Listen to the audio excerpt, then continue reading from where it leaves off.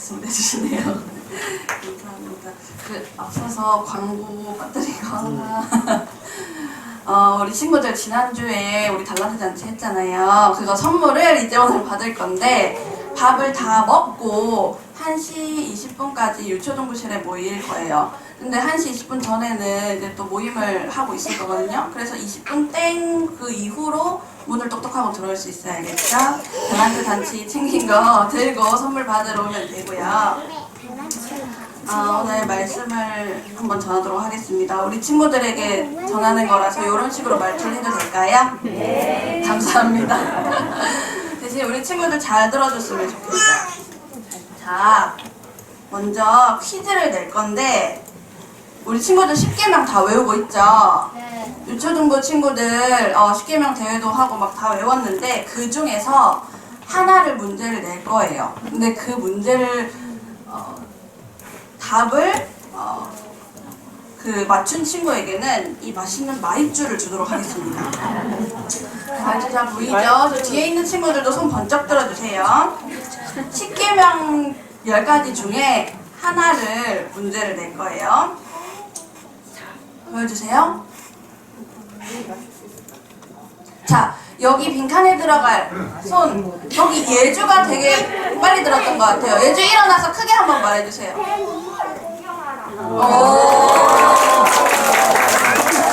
맞아요. 나중에 받아가세요. 맞아요. 이 빈칸에 들어갈 말이 내 부모를 공경하라입니다. 10계명이 하나님께서 우리들에게 이렇게 해라, 이렇게 지켜라 라고 하면서 가르쳐 주신 명령이에요. 그렇죠. 이 10계명 중에 하나가 바로 내 부모를 공경하라 예요. 그리고 다음에 넘겨주시겠어요? 이게 한 끗 차이인데 내 부모를 공경해야 되는데 이 공경하는 게 아니라 공격하는 친구가 혹시 있는가 싶어요. 자, 한번 잘 생각해 보세요, 친구들.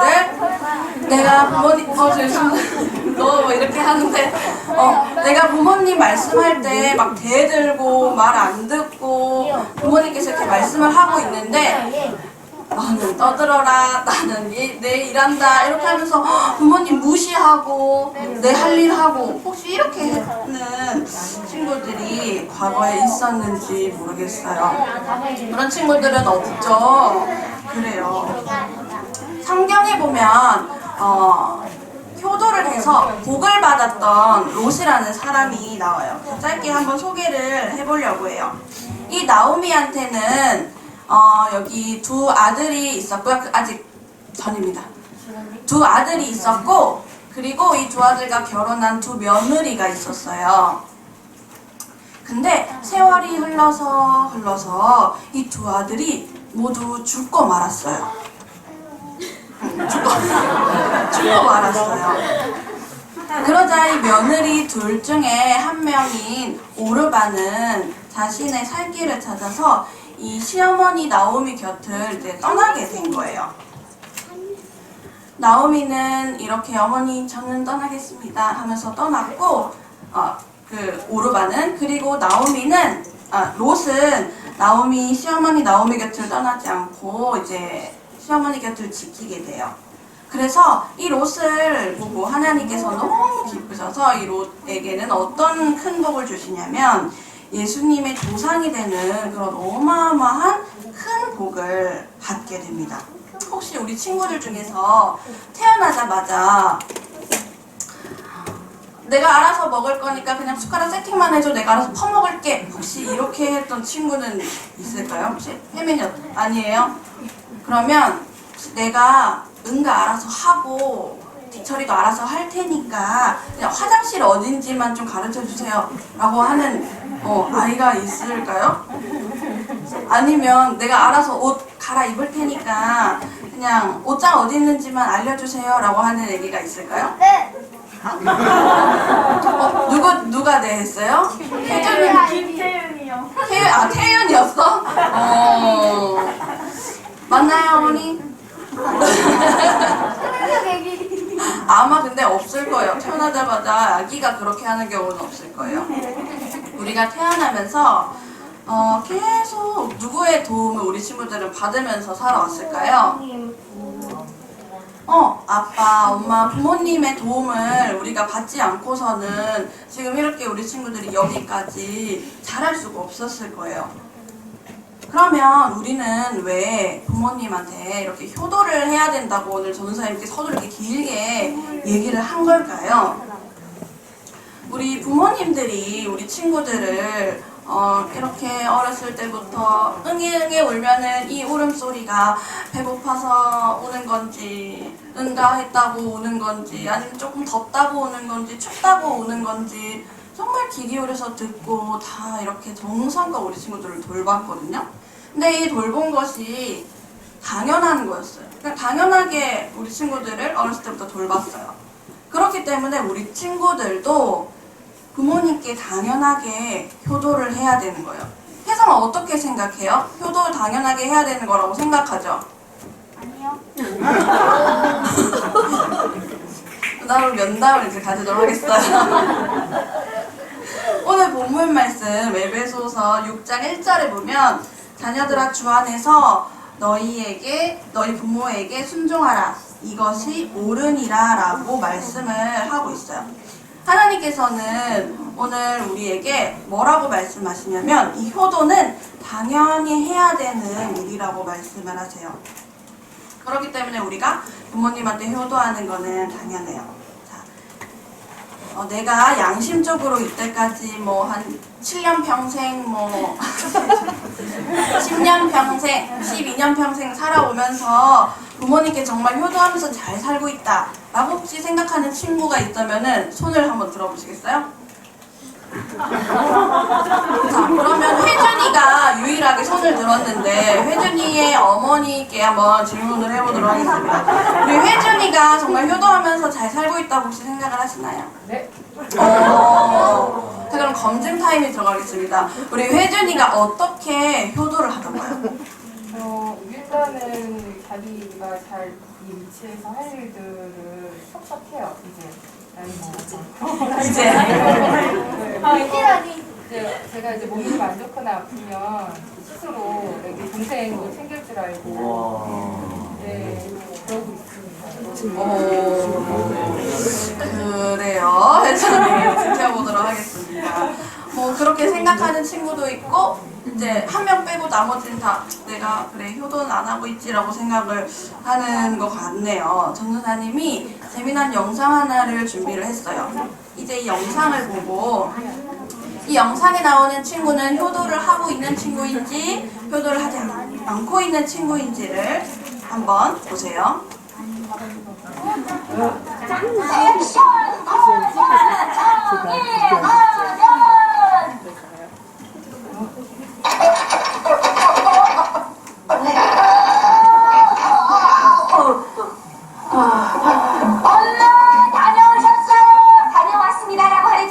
엄마와의 약속제 5조 5시까지 반드시 집에 돌아온다. 이거 설마 잊어버렸다고 하진 않겠지? 엄마 액션 단련 시작하겠어요. 엄마와의 약속을 지키지 않는 나쁜 어린이는 그런 거 볼 자격이 없어요. 알았니?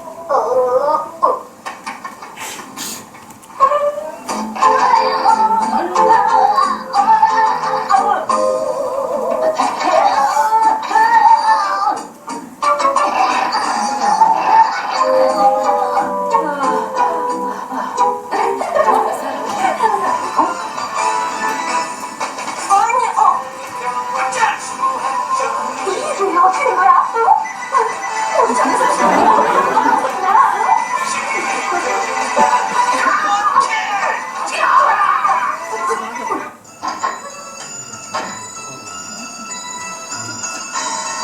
짱구야. 얄미운 녀석. 액션 가면. 나타나서 장군 미녀. 나타났구나. 나타나서 장군 미녀. 우리야말로 편판을 내주겠다. 액션 가면. 가보라 신짱구. 얼마든지 상대해주마. 자 간다.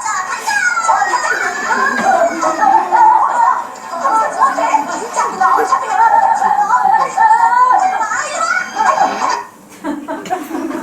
자, 혹시 어디서 혹시 많이 보던 장면인가요? 저거 우리 집인데 이런 친구가 있을까요? 이 짱구가 지금 효도를 하고 있는 모습인가요? 아니면 효도를 하고 있지 않은 모습인가요? 효도를 하고 있지 않는 모습이죠. 그러면 과연 효도가 뭐지? 효도를 하는 게 대체 어떻게 하는 게 효도지? 오늘 잠언 말씀 통해서 딱 2가지만 한번 살펴보려고 해요. 잠언 23장 22절 말씀, 우리 영유치부부터 유초등부 크게 한번 읽어주세요. 시작.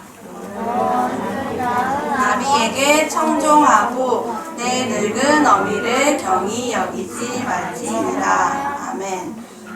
청종하고 그리고 경히 여기지 말지니라.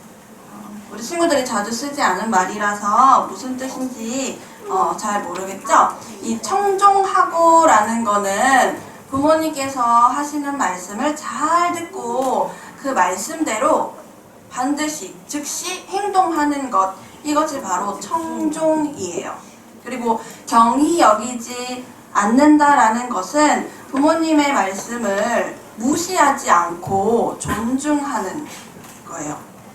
혹시 우리가 6월달에 했던 온다세를 기억하시나요? 이 온다세 때 지혜로운 사람에 대해서 우리가 4주 동안 말씀을 들었었죠. 성경에는 이 지혜로운 사람이 부모님을 즐겁고 기쁘게 해주는 자녀라고 나와 있어요. 그래서 이 지혜로운 사람, 여기서 이 지혜로운 자가 바로 부모님께 청종하는 사람이에요. 만화에 나오는 짱구처럼 부모님께 청종하지 않고 부모님을 경히 여기는 친구는 부모님을 어떻게 하는 친구일까요? 공경하는 친구일까요? 아니면 공격하는 친구일까요?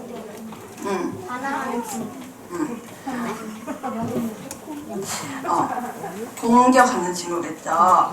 우리가 오늘 이 2가지를 꼭 기억했으면 좋겠어요. 말씀을 마무리할 건데요. 이 2가지, 청종하고 경히 여기지 말라. 이 2가지를 꼭 지켜서 하나님께서 우리 친구들에게 하셨던 명령대로 부모님께 청종하고 경히 여기지 않는, 부모님의 말씀을 잘 듣고 무시하지 않고 존중해드리는 그런 우리 모든 더보듬 교회의 어린이들이 되었으면 좋겠습니다. 그렇게 되길 진심으로 소망합니다.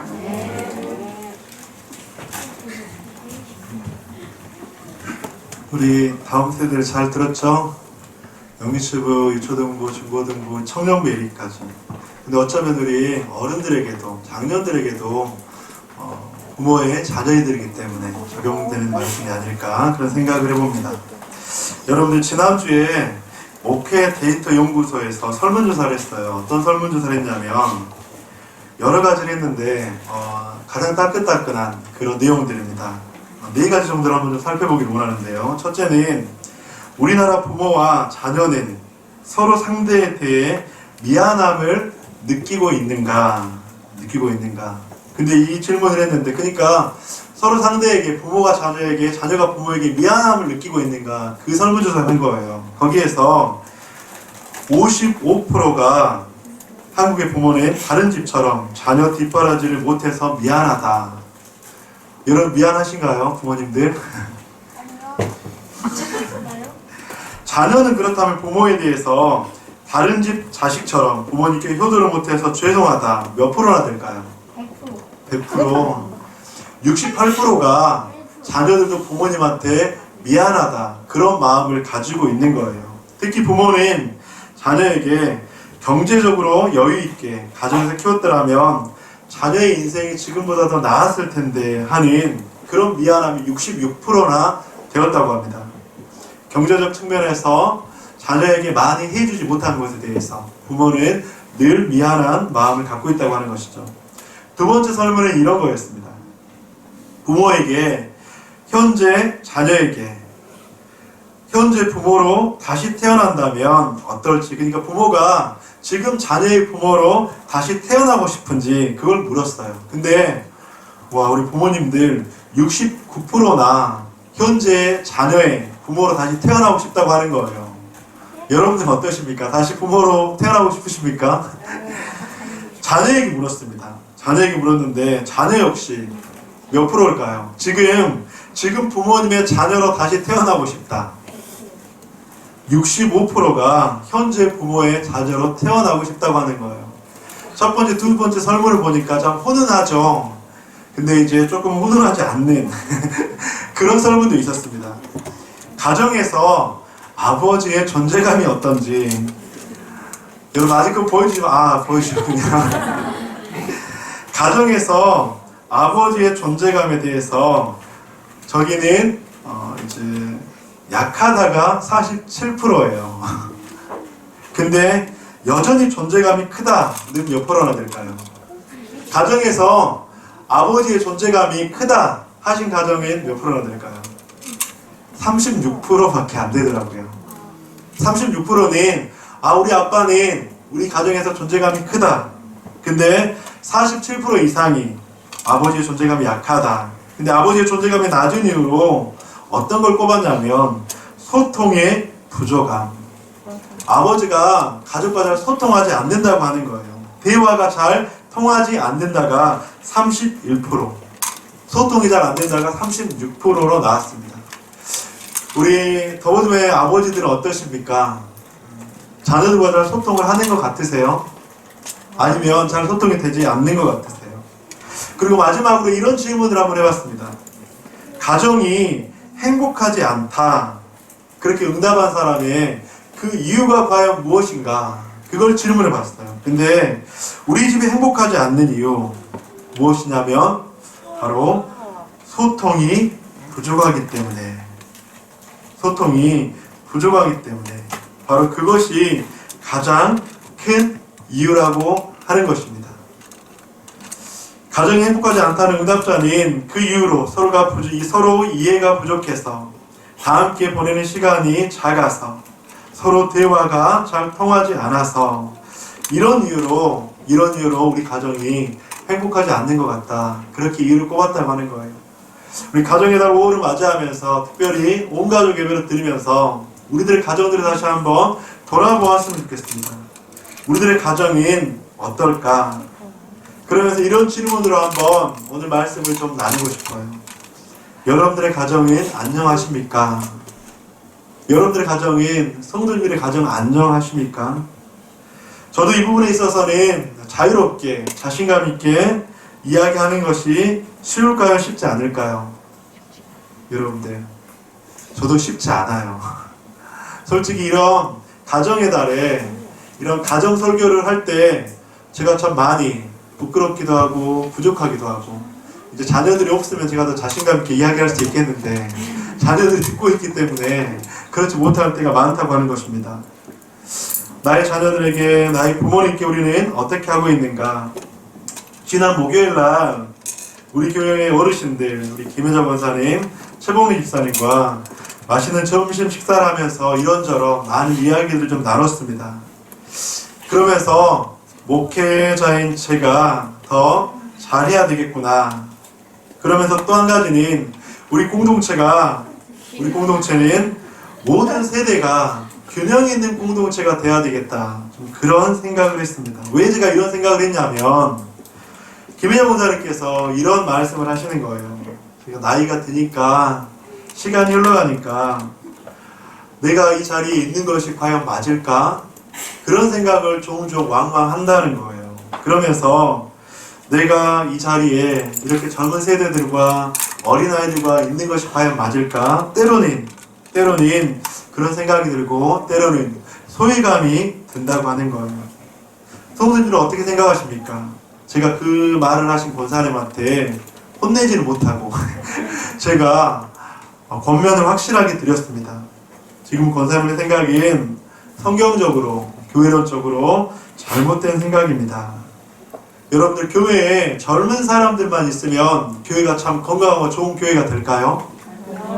교회에 어린아이들만 많이 있으면 건강하고 좋은 교회가 될까요? 교회에 그러면 어린아이 아니면 젊은이 아니라 어르신들만 가득가득 넘쳐나면 건강한 교회가 될까요? 절대 그렇지 않아요. 왜입니까? 신앙 공동체는 모든 사람들이, 모든 다양한 사람들, 모든 세대의 사람들이 함께 공존하며 공감하는 것, 그것이 바로 건강한 공동체라고 하는 것이죠. 하지만 중요한 우선순위는 있습니다. 무엇이냐면 십자가 안에서, 복음의 능력 안에서 함께 울고 함께 웃는 공동체, 복음 안에서 함께 울고 십자가 안에서 함께 웃는, 그래서 모든 세대가 함께 어우러지는 공동체, 그 공동체가 바로 건강한 공동체인 줄 믿습니다. 그래서 시편 127편 1절과 3절에서는 그렇게 말씀합니다. 우리 함께 한 목소리로 함께 읽어보도록 하겠습니다. 시작. 집을 세우지 아니하시며 세우는 자의 수고가 헛되며 여호와께서 성을 지키지 아니하시며 파수꾼에 깨어있으니 헛되로다. 너희가 일찍 일어나고 늦게 누우며 수고의 떡을 먹으니 헛되로다. 그러므로 여호와께서 그의 살아있는 자에게 잠을 주시는도다. 보라, 자식들은 여호와의 기업이요 태어내는 그의 상급이로다. 아멘. 매년 5월이 되면 믿음이 있든지 없든지 간에, 아니면 교회이든지 간에 세상이든지 간에 가정의 달 이렇게 이야기하면서 참 많은 말들을 하곤 합니다. 하지만 우리 신앙 공동체가 추구하는 가정의 행복, 가정의 회복은 세상에서 말하는 가정의 개념과 가치와 그리고 세상에서 말하는 가정과는 다르다고 하는 거예요. 여러분들 아까 전사님께서 이야기하셨지만 우리가 주님 안에서 부모를 공경하고 효하는 것은 불교에서 말하는 효가 아니에요. 공자나 맹자가 말하는 효가 아니라고 하는 것입니다. 유교에서 말하는 효와는 사뭇 다르다고 하는 것입니다. 부모님께 잘해야 한다. 부모님을 잘 섬겨야 한다. 부모님께 효도해야 한다. 하지만 성경에서 말하는 가정의 가치, 부모에 대한 태도, 개념은 세상과는 다르다고 하는 것이죠. 여러분들, 우리가 아무리 많은 효를 하고 섬기고 부모님께 잘하여도, 우리가 아무리 자녀를 잘 키운다 하여도 가장 중요한 원리를 잊어서는 안 된다고 하는 것입니다. 그 중요한 원리가 무엇인가? 바로 시편 127편에서 말하는 여호와께서 가정의 주인이 되어야 되는 줄 믿습니다. 여호와께서 가정을 지켜야 되는 줄 믿습니다. 여호와께서 가정의 주인이 되셔서 세워주시고 여호와께서 가정의 주인이 되셔서 지켜주실 때 그 주님 안에서 하는, 여호와께서 세우시는 가정 안에서 하는 그 효와 공경이 바로 하나님께서 기뻐하는 것인 줄 믿습니다. 사랑하는 성도님들, 우리가 열심히 하는 부모의 도리, 자식된 도리는 주님 안에서 그렇게 이루어져야 될 줄 믿습니다. 아까 전사님께서 설교 가운데 너무나도 중요한 말씀을 하신 것처럼 더보듬 다음 세대들인 영유치부, 유초등부, 중고등부 청년부들은 그렇게 주님 안에서 건강한 가정을 만들고 주님 안에서 부모님께 효도하는, 공경하는 모든 다음 세대만 대답하세요. 모든 그런 다음 세대가 되시기를 주님의 이름으로 간절히 축복합니다. 우리 다음 세대들, 우리 누구냐면 영유치부, 유초등부, 중고등부 청년부입니다. 다시 한번 질문할게요. 부모님께 공경하고 부모님 공경하고 효하기 위해서 주님 안에서 그렇게 하는 영유치부, 유초등부, 중고등부, 청년부 되시기를 간절히 축복합니다. 아멘. 오, 우리 다음 세대를 격려의 박수 한번 합시다. 예, 다음 세대로. 이제 이렇게 끝나면 다음 세대들은 억울할 수 있어요. 그렇다면 부모님께 좀 권면을 드리고 싶습니다. 부모님들은 과연 자녀들에게 어떻게 해야 할까? 오늘 본문에서 부모님은 자녀에게 어떻게 하라고 말씀합니까? 자녀들이 제일 좋아하는 구절 가운데 한 구절입니다. 에베소 6장 4절. 우리 부모님들만 크게 자녀들 한번 보세요. 이 말씀 그 부모님들이 이렇게 하는지 안 하는지 우리 부모님들만 한번 읽어보도록 하겠습니다. 시작. 또 아니라 너희 자녀를 노엽게 하지 말고 오직 주의 교훈과 훈계로 양육하라. 예, 부모님들에게 자녀들을 노엽게 하지 말라 그렇게 이야기합니다. 그런데 이 말은요, 자녀의 비율을 맞추라는 말은 아니에요. 무조건 자녀에게 잘해주라는 말은 아니에요. 우리가 자녀에게 물려줘야 할 유산, 그것은 주님의 교훈이고 주님의 훈계라고 하는 것이죠. 부모님께 이런 질문을 해보고 싶습니다. 어떻게 하면 자녀를 노엽게 하지 않고 교훈과 훈계로 양육할까? 오늘 부모님들 잘 들으시기 바랍니다. 어떻게 하면 자녀를 노엽게 하지 않고 교훈과 훈계로 양육할까? 한번 부모님들 따라합시다. 축복의 통로가 되어야 합니다. 민수기 6장 23절 말씀. 아론과 그의 아들들에게 말하여 이르기를 너희는 이스라엘 자손을 위하여 이렇게 축복하여 이르되. 27절 말씀 우리 부모님들 한번 읽어주시기 바랍니다. 시작. 그들은 이같이 내 이름으로 이스라엘 자손에게 축복할지니 내가 그들에게 복을 주리라. 하나님께서 복을 주신다고 하는데 누구를 통해서 축복한다고요? 부모 세대들을 통해서 축복한다고 하는 거예요. 그래서 너희는 이스라엘 자손을 위하여 이렇게 축복하고 이스라엘 자손에게 축복할지니. 사랑하는 더보듬의 모든 부모들이요, 전 더보듬의 모든 부모들이 하나님에게 사랑을, 축복을 전하는 축복의 통로 되기를 간절히 축원드립니다. 지금 보여드린 재밌는 사진이 하나 있어요. 이 사진은 어떤 사진이냐면 세계 최대의 태양력 발전소예요. 자, 이게 어느 나라에 있을까요? 우리나라는 아니고요. 사막. 중동인 것 같아요. 중동. 저 나라가 모로코라는 나라예요. 모로코에 세계 최대의 태양력 발전소가 있는데 크기가 얼마냐면 여의도의 10배래요. 어마어마하죠. 여의도 10배라고 하면. 근데 여러분들 이 하는 역할은 뭘까요? 전력을 만들어서 전기를 만들고 에너지를 만들어서 공급을 하는 것이죠. 그런데 이 발전소가 제 역할을 못해서 발전소에서 전기를 만들지 못하면 어떻게 될까요? 에너지를 만들지 못하고 공급도 안 된다고 하는 것이죠. 발전소에서 전력을 만들지 못하는 것처럼 부모가 영적인 발전소, 축복의 발전소, 신앙의 발전소, 은혜의 발전소가 되어야 되는데 그렇게 되지 못하면 자녀들에게 하나님의 축복을 전하는 축복의 통로의 역할을 감당할 수 있을까요? 없을까요? 없습니다. 부모님들이 저는 축복의 발전소, 신앙의 발전소, 은혜의 발전소가 되어서 거기에서 마음껏 만들어지는 그 은혜들이 다음 세대들에게 전해지기를 주님의 이름으로 간절히 축복합니다. 너희는 이스라엘 자손을 위하여 이렇게 축복하고 이스라엘 자손에게 축복할지니. 부모 세대에게 가득 차 있어야 합니다. 엄마 아빠가 가득 채워져 있어야 합니다. 그렇게 될 때 자녀 세대에게는 자연스럽게 흘러가게 될 줄 믿습니다. 또 재밌는 그림이 하나 있습니다. 여러분들 이 그림이 무슨 그림일까요? 파이프예요. 파이프. 근데 파이프 라인에 어떻게 돼 있죠? 녹슬어 있고 막혀 있어요. 과연 이 파이프로 물이 잘 흘러갈 수 있을까요? 없을까요? 뭐라고? 그렇죠. 녹물이 나오겠지. 절대 물이 잘 흘러갈 수가 없어요. 여러분들, 자녀를 노엽게 하지 않고 교훈과 훈계로 양육하기 위해서 축복의 통로가 되어야 하는데 이 부모가 축복의 파이프라인이라고 하는 거예요.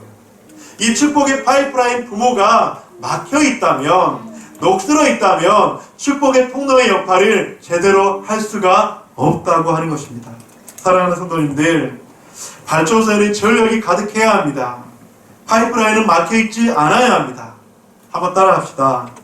우리 화면 보면 부모는 신앙의 발전소가 되어야 합니다. 부모는 신앙을 전하는 파이프라인이 되어야 합니다. 아멘. 우리 더보듬의 모든 부모 세대요, 신앙의 발전소가 되고 신앙의 파이프라인이 되어서, 즉 주님 안에서 우리가 바로 세워지고 주님의 축복의 통로가 되는 더보듬의 모든 가족들, 우리 모든 가족들이 되시기를 주님의 이름으로 간절히 축복드립니다.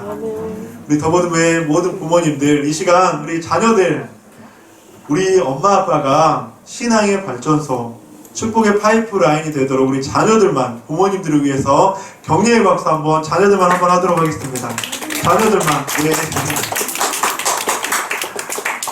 그렇게 됐을 때 우리들의 가정이 건강한 가정이 될 줄 믿습니다. 유대인들은 아기를 목욕시킬 때 하는 기도가 있어요. 여러분들 처음 들으셨죠? 유대인들은 아기를 목욕시킬 때 하는 기도가 있는데 그 아기들과도 인격적인 대화를 나눠요. 그래서 아기를 목욕시킬 때 먼저 아기에게 아기야 내가 너를 목욕시켜도 될까? 이렇게 친절하게 허락을 받는데요. 그러면서 기도문을 읽으면서 기도를 한답니다. 근데 그 유대인들이 아기를 목욕시킬 때 하는 기도, 제가 너무나도 도전을 받아서 함께 좀 읽어보도록 하겠습니다. 제가 하얀색 글씨를 읽으면 여러분들이 그렇게 나머지 글씨를 한번 읽어주시기 바랍니다. 보이시죠? 네. 머리를 감기면서는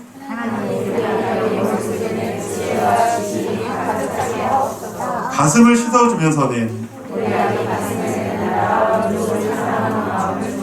배를 씻어주면서는 성기관을 씻어주면서는